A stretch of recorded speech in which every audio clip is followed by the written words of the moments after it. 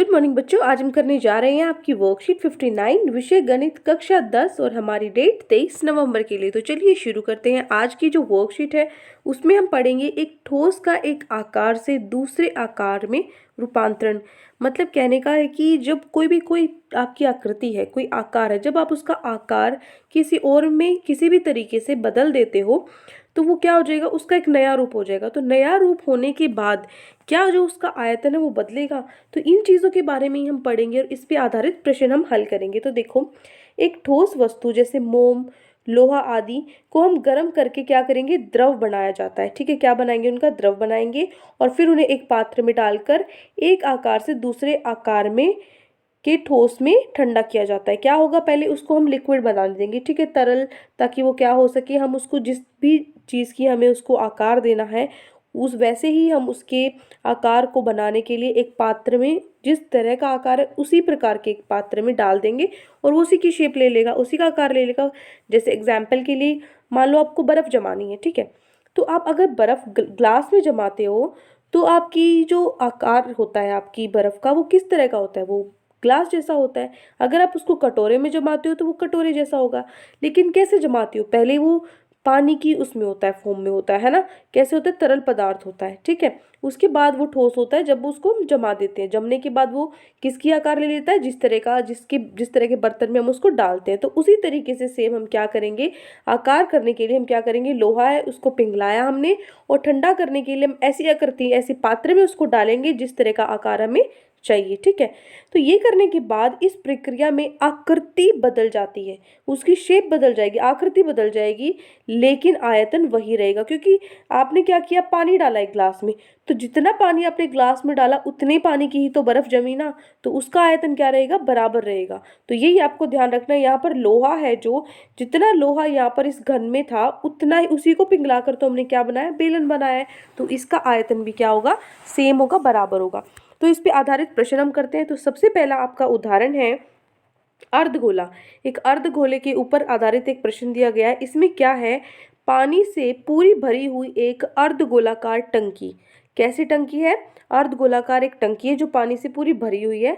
टंकी को एक पाइप द्वारा, ये क्या है, 3/4/7, इसको सबसे पहले आपको बदलना पड़ेगा। किस में, कैसे बदलते हैं हम इसको, देखो हम क्या करते हैं, जो नीचे होता है इनको हम क्या करते हैं, मल्टीप्लाई करते हैं। 7 को 3 से मल्टीप्लाई करो, कितना आया, 7 ये होता है 21। 21 जमा में क्या करते हैं, ऊपर वाले को जमा करते हैं 4, 21 जमा 4 25, तो ऊपर आ जाएगा 25 बटे में जो नीचे होता है वो हम लेते हैं 7, तो 25/7। तो यहाँ पे 3/4/7 को हम क्या लिख सकते हैं, 25/7 लिख सकते हैं। तो इतना लीटर, ये क्या है, 25/7, इतना लीटर प्रति सेकंड की दर से इतना लीटर 1 सेकंड में खाली किया जाता है, ठीक है। इतने दर से 1 सेकंड में खाली किया जाता है, टंकी से हमने पानी निकाला है। तो यदि टंकी का व्यास कितना दिया हुआ है, 3 मीटर दिया हुआ है, तो वह कितने समय में आधी खाली हो जाएगी, आपको बताना कितना समय लगेगा। हम उसको एक पाइप के द्वारा इतना हर 1 सेकंड में इतना लीटर निकल रहा है, ठीक है, पाइप से, तो वो निकल रहा है, तो कितने समय में वो टंकी आधी हो जाएगी ये आपको बताना है। तो देखो, अर्धगोले टंकी का व्यास कितना है, 3 मीटर दिया हुआ है। व्यास 3 मीटर है तो त्रिज्या कितनी होगी, उसका आधा, 3/2 मीटर। अब अर्धगोले टंकी का आयतन, इसका आयतन क्या है, देखो जब आपको पूरी टंकी का आयतन पता होगा तभी तो आप आधी टंकी का निकाल सकते हो। आधी खाली हो जाती है टंकी, तो आधी खाली का तभी तो निकाल सकते हो जब आपके पास पूरी का हो, उसका आधा कर देंगे हम। तो इसलिए हमें पूरी टंकी का आयतन निकालना ज़रूरी है। टंकी का जो आकार है वो कैसा है, अर्धगोल है, ठीक है। तो अर्धगोले का आयतन क्या होता है, 2/3 पाई आर का घन। तो 2/3 पाई क्या होता है, 22/7, और आपका जो आर है वो क्या है, 3/2 है, तो 3/2 का हम घन लेते हैं यहाँ पे। उसके बाद क्या करेंगे, 3 बार इसको लिखेंगे 3/2 को, क्योंकि उसका घन लिख दिया हमने। उसके बाद इसको आपको हल करना है, जो कट रहा है उसको काट दो, जैसे 3 से 3 कट रहा है, ठीक है, 2 से आपका 12 कट रहा है, 2 से आपका 22 कट रहा है 11 पे, 1 2 से आपका 2 कट रहा है, तो नीचे क्या बचा, 7 और 2 14 बचा, और ऊपर क्या बचा, 3 तिये 9 होता है, 9 को हम 11 से गुना करेंगे तो क्या आएगा, 99। तो 99/14 मीटर घन मीटर क्यूब आपका उत्तर हो जाएगा। ये मीटर क्यूब में, इसको आपको लीटर में बदलना है, तो हर वर्कशीट में आपको बताती हूँ मैं, लीटर में अगर आपको बदलना है तो क्या करना होगा, आपको उसको 1000 से आपको गुना करना होगा। तो 99/14 को मैं 1000 से गुना कर दूंगी ताकि क्या हो जाए, लीटर में बदल जाए। ठीक है, तो अब मेरा उत्तर कितना हो गया, ये क्या हो जाएगा, 99,000 बटे में 14 लीटर। ये तो क्या है, ये तो पूरी जो टंकी है उसका आयतन है। अब हमें आधी अगर टंकी का निकालना होगा तो क्या करना पड़ेगा, इसका आधा कर देंगे। तो निकाले जाने वाले पानी की मात्रा, आधा पानी निकाल दिया तो कितना पानी निकाला, पूरी टंकी में इतना पानी आता है, इसका आधा कर दिया मैंने। ठीक है, इसका आधा कर दिया तो क्या हो गया, 14 दूनी होता है 28 और ऊपर आ गया 99,000। तो 99,000 बटे 28 लीटर क्या हो गया, इतना पानी निकल गया। अब देखो, आपको प्रश्न में दिया हुआ था इतना लीटर पानी निकालने में कितना समय लगता है, 1 सेकंड, क्योंकि आपको दिया हुआ है कि प्रति सेकंड में इतना लीटर आपका पानी निकल जाता है। तो लिखोगे आप 1 सेकंड में, ये क्या है, 3/4/7 लीटर पानी निकालने में लगने वाला समय 1 सेकंड। अब 1 लीटर में निकालना है तो क्या हो जाएगा, इसको मैंने क्या लिखा था, 25/7 निकाला था, है ना, 25/7 निकाला था। तो अब हम क्या करेंगे, 1 बटे में जाएगा, ये नीचे जाएगा 1 के, तो क्या हो जाएगा, इसका उल्टा हो जाता है, 7 ऊपर हो जाएगा और गुना नीचे 25 हो जाएगा। ठीक है, क्योंकि 2 बार लगातार ऐसे विभाजित होता है तो मैंने आपको बताया है क्या करना होता है, हमें बीच में गुना का साइन लगाकर हमें उसको उल्टा कर देना होता है। तो 25/7 को हम क्या कर देंगे, 7/25 कर देंगे। तो यहाँ से देखो, 1 लीटर में 1 लीटर पानी निकालने में कितना समय लगता है, इतना समय लगता है। तो हमें तो इतने लीटर के लिए, आधी टंकी में तो इतना पानी है ना, इतना पानी निकल चुका। ठीक है, आधी टंकी का पानी निकल चुका, आधी टंकी का पानी कितना, इतना। तो इतना पानी निकालने के लिए कितना समय लगेगा, हम इसको गुना कर देंगे इससे। ठीक है, क्योंकि 1 लीटर में इतना समय लग रहा है तो इतने में क्या होगा, इससे गुना कर दो। तो 99,000 बटे में 28 को मैं 7/25 से क्या कर दूंगी, इसको गुना कर दूंगी। तो 7 से 28 कट जाता है, 1/4। ठीक है, तो ऐसे ही इसको काट सकते हो आप, 4 से भी 99,000 को काट सकते हो और 25 से भी आप काट सकते हो। तो काटने के बाद आपका उत्तर कितना आएगा, 990 सेकंड। ये क्या आया, सेकंड में आया 990 सेकंड, आपका सेकंड में आया। अगर आप इसको मिनट में बदलोगे तो क्या करोगे, 1 मिनट में कितने होते हैं, 60 सेकंड होते हैं। ठीक है, तो हम 60 से क्या करेंगे, विभाजित करेंगे। 990 को मैं 60 से विभाजित करूंगी तो मेरा मिनट में उत्तर आ जाएगा कितना, 16.5, मतलब 16.5 मिनट में ये जो टंकी है वो आधी हो जाएगी। ये हो गया आपका उत्तर, आपका जो उदाहरण 1 है। ठीक है, समझ में आ गया, कोई भी दिक्कत है तो आप मुझे कमेंट्स में ज़रूर बताना। अब देखो, अब हम चलते हैं उदाहरण नंबर 2 में। उदाहरण 2 में हम बेलन से बेलन ही बनाएंगे। तो यहाँ पे आकार कैसे बदला, देखो हमने क्या किया, व्यास 1 सेंटीमीटर वाली 8 सेंटीमीटर लंबी तांबे की एक छड़ को एक समान मोटाई वाले 18 मीटर लंबे एक तार के रूप में खींचा जाता। ठीक है, तो तार की मोटाई ज्ञात करनी है आपको, तार कितना मोटा, क्या कहने का मतलब है, यहाँ पे क्या है, एक लंबे की छड़ है। ठीक है, इसको आपने क्या, तांबे की छड़ है तो ये क्या है, इसको आपने एक पतले से तार में बदल दिया इसको। ठीक है, तो ये भी क्या है, ये भी क्या है, एक बेलन आकार है, ये भी एक बेलन आकार है। लेकिन क्या हो गया, अब ये हमने इसकी लंबाई, इसको लंबा ज़्यादा कर दिया, पहले ये मोटा ज़्यादा था, अब इसको हमने लंबा कर दिया। ठीक है, तो यहाँ पे क्या हो गया बेटा, यहाँ इसकी जो मोटाई थी वो 1 सेंटीमीटर आपको दी हुई है, व्यास दिया हुआ है 1 सेंटीमीटर। यहाँ पे आपको इसकी मोटाई निकालनी है। मोटाई क्या होगी, जो व्यास होगा वही उसकी मोटाई होगी, है ना। तो मैं इसका व्यास निकाल लूँगी। तो देखो, सबसे पहले आपको छड़ का आयतन, इसी से मैंने ये तार बनाया है, तो इसका आयतन और इसका आयतन क्या होगा, बराबर होगा। तो मैं लिखूंगी छड़ का आयतन किसके बराबर है, तार का आयतन।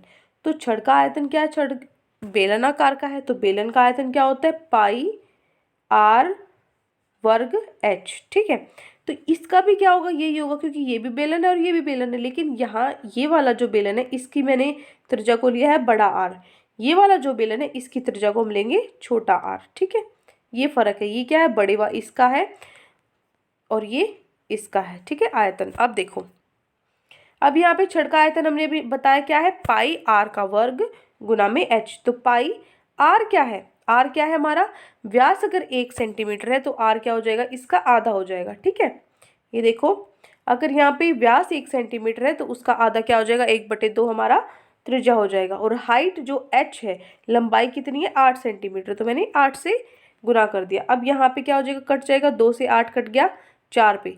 अब यहाँ पे 2 बार है तो 1 4 2 पे कट गया, तो 2 पाई आपका 2 पाई सेंटीमीटर क्यूब, सेंटीमीटर घन आपका उत्तर आ जाएगा। ये क्या आया है, ये छड़ का आयतन आया है। इसको आपको तार के आयतन के सामने रखेंगे, हम क्या करेंगे, समान आयतन वाली तार की लंबाई, इस तार की लंबाई कितनी है 18 मीटर आपको दी हुई है, ये मीटर में है और ये आपका सेंटीमीटर में था, तो आपको बदलना पड़ेगा।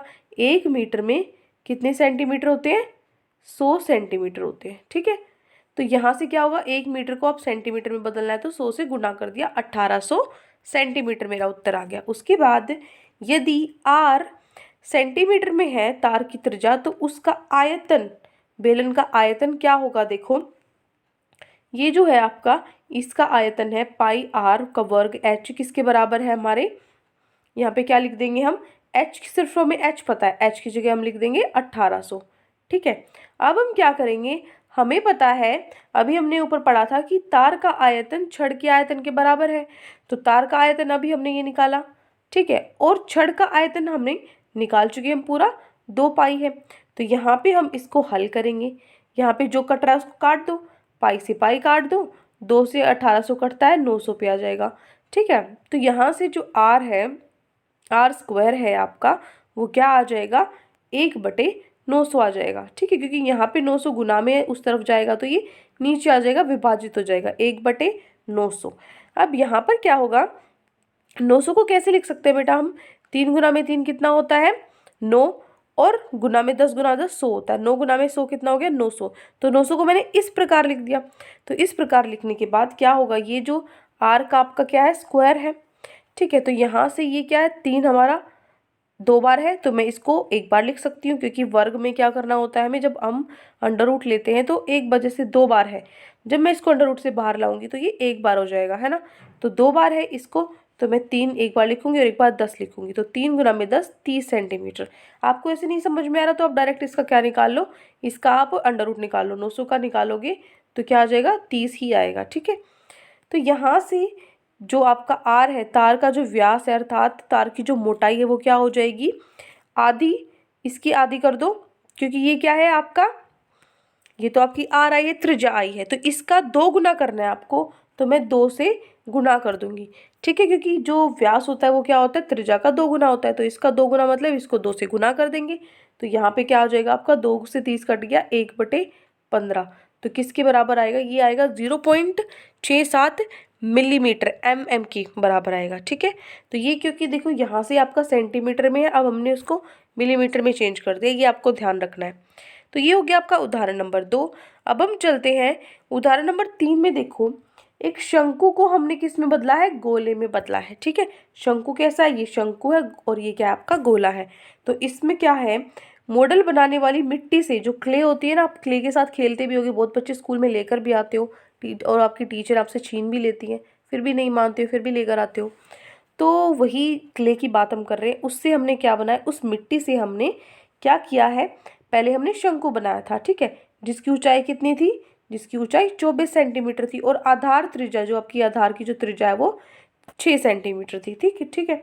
तो एक बच्चे ने इसे गोले के आकार में बदल दिया, अब क्या बनाया, उसको गोला बना दिया। गोले की त्रिज्या आपको निकालनी है, आपको गोले की त्रिज्या निकालनी है। तो देखो हमें पता है जितनी मिट्टी, जितनी क्ले हमारी यहाँ पे प्रयोग हुई, इसी क्ले से तो हमने गोला बनाया है, तो इसका मतलब इसका आयतन और इसका आयतन बराबर होगा।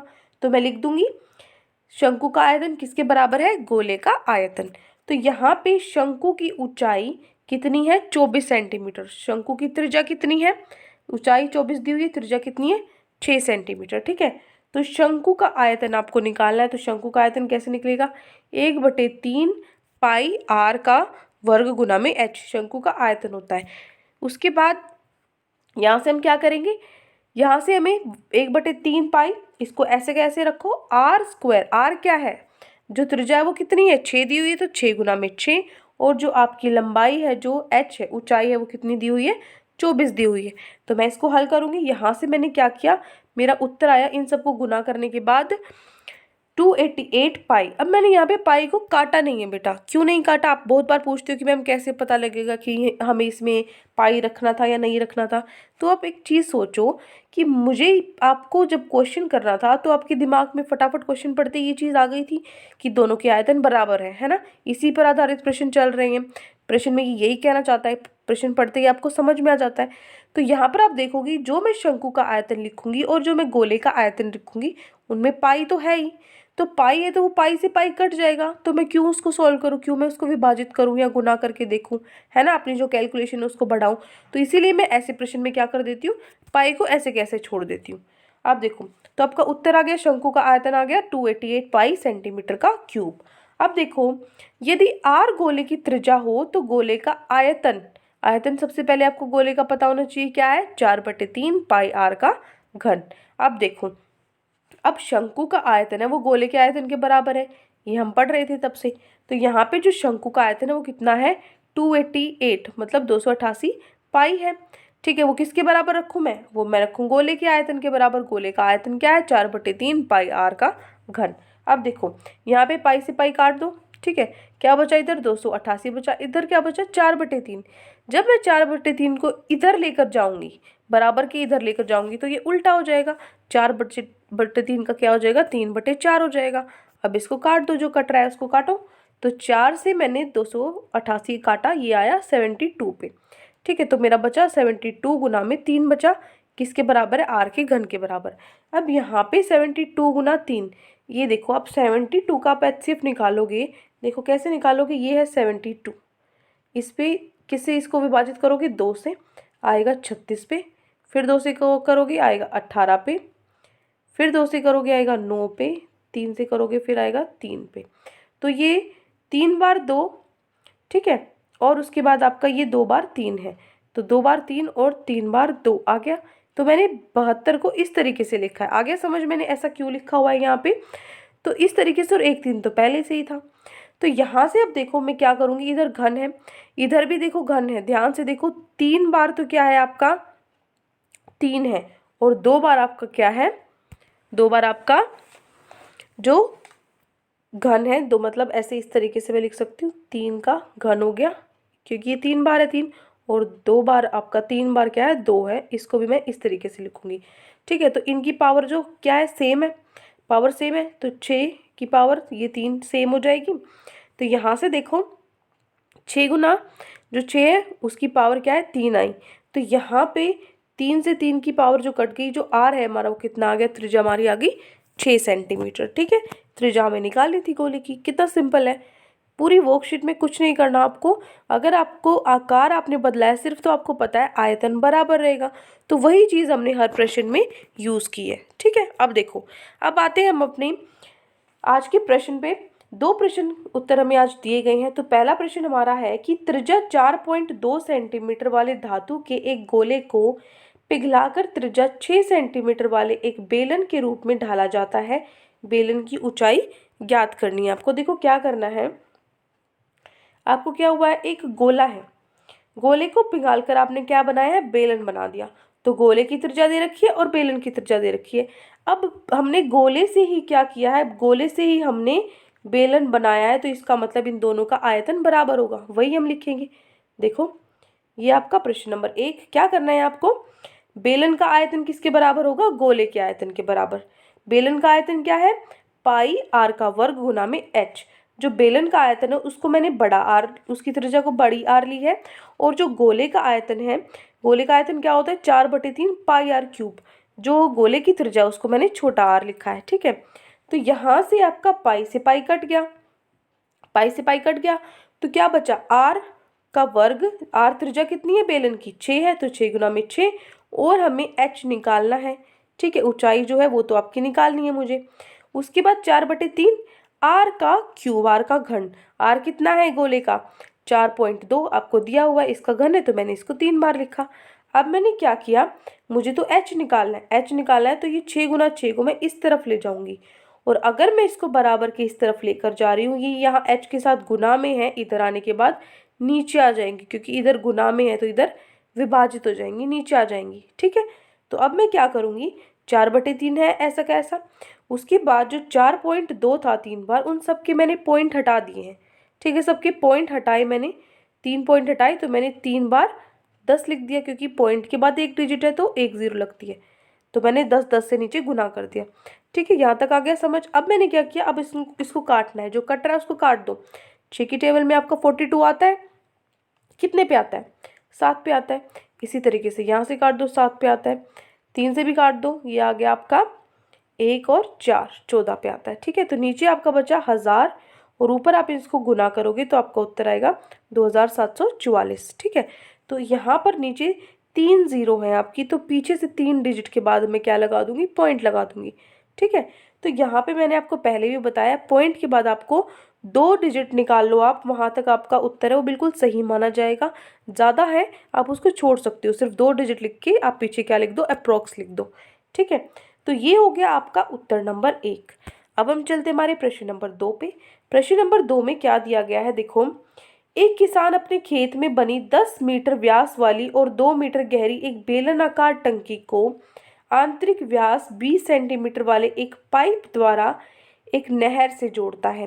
क्या किया है उसने, एक किसान ने, उसके खेत में क्या बनी हुई है, एक टंकी है बेलनाकार की जिसका व्यास 10 मीटर है और गहरी गहरी है, इसका मतलब मान लो ये टंकी है, ये जितनी गहरी है इसका मतलब ये क्या है, इसकी ऊंचाई है। ठीक है, तो गहरी मतलब वो उसकी ऊंचाई है, h है, 2 मीटर वो गहरी है। तो उस टंकी को उसने क्या किया, उसकी बेलनाकार टंकी को आंतरिक व्यास 20 सेंटीमीटर वाले एक पाइप, उस टंकी को एक पाइप से जोड़ दिया और उस पाइप का व्यास कितना है, 20 सेंटीमीटर। ठीक है, तो यदि पाइप में पानी 3 किलोमीटर प्रति घंटा की चाल से बह रहा है, पाइप के अंदर से मतलब 1 घंटे में 3 किलोमीटर बह रहा है। ठीक है, तो कितने समय बाद टंकी पूरी भर जाएगी, आपको बताना है कितने समय बाद पूरी टंकी भर जाएगी। तो देखो बेटा, सबसे पहले इस प्रश्न को आपको समझना है अच्छे से। क्या करना है, देखो, मान लीजिए ये आपकी पाइप है। ठीक है, ये आपकी टंकी है, यहाँ पे आपकी एक टंकी है, इस टंकी के अंदर आपको इसको मान लीजिए थोड़ा नीचे रख लेते हैं ताकि ये देखो, ये आपकी पाइप है और नीचे आपकी यहाँ पे टंकी रखी है, इसमें से पानी बह रहा है। ठीक है, ये पानी यहाँ पे इसमें बह रहा है। अब देखो, इस पाइप में से जितना पानी बह रहा है वो क्या आएगा, इस टंकी में गिरेगा। ठीक है, तो जितना पानी का आयतन, जितना पानी इसके अंदर से गया वही इसके अंदर आया, तो इसलिए इसका आयतन और इसका आयतन क्या होगा, बराबर होगा। जितना पानी इसके अंदर से ही तो इसके अंदर पहुंचा है, तो जितना पानी इसके अंदर से गुजरा है वो इसके आयतन के बराबर होगा। ठीक है, लेकिन ये भी तो ज़रूरी है कि वो कितने समय तक गुजरा है। ठीक है, वो जितने समय तक वो पानी इसके अंदर से गुजरा है वही पानी तो यहाँ पर आया है। तो बेलनाकार पाइप का जो आयतन है, बेलनाकार का जो आयतन है उसको अगर मैं समय से गुना करूँगी तो बेलनाकार टंकी का आयतन निकलेगा, इसका आयतन निकलेगा। ठीक है, क्योंकि मान लीजिए मैं इसको बीच में बंद कर देती हूँ। ठीक है, बीच में मैं इसको बंद कर देती हूँ कुछ समय बाद, तो ये मान लो इतनी ही भरी है, तो आप देखोगे पूरी नहीं भर पाई है, तो आपको कुछ और समय के लिए वो चलानी पड़ेगी, उतने समय तक चलानी पड़ेगी जब तक ये भर नहीं जाता। तो समय भी बहुत ज़रूरी है यहाँ पे। तो देखो क्या हो जाएगा हमारा फॉर्मूला, बेलनाकार पाइप का आयतन गुना में समय क्या हो जाएगा, बेलनाकार टंकी का आयतन। ये थोड़ा सा टेढ़ा दिख रहा होगा बेटा आपको, इसको आपको सीधा ही लिखना है अपने नोटबुक में। ठीक है, तो देखो यहाँ से जो समय है, अब मुझे समय निकालना है क्योंकि आपके प्रश्न में दिया गया है कि कितने समय में वो उसको भर देगा। तो देखो, या फिर तो हम क्या करेंगे, इधर ये जो बेलनाकार पाइप का आयतन है ये समय के साथ गुना में है, अगर मैं इसको इक्वल टू के इधर लेकर जाऊंगी तो क्या हो जाएगा, मेरा गुना है तो विभाजित हो जाएगा, इधर आने के बाद ये नीचे आ जाएगा, ऊपर है इक्वल टू के इधर आएगा तो नीचे आ जाएगा। तो यहाँ क्या हो गया, बेलनाकार का आयतन, बेलनाकार टंकी का आयतन बटे में बेलनाकार पाइप का आयतन।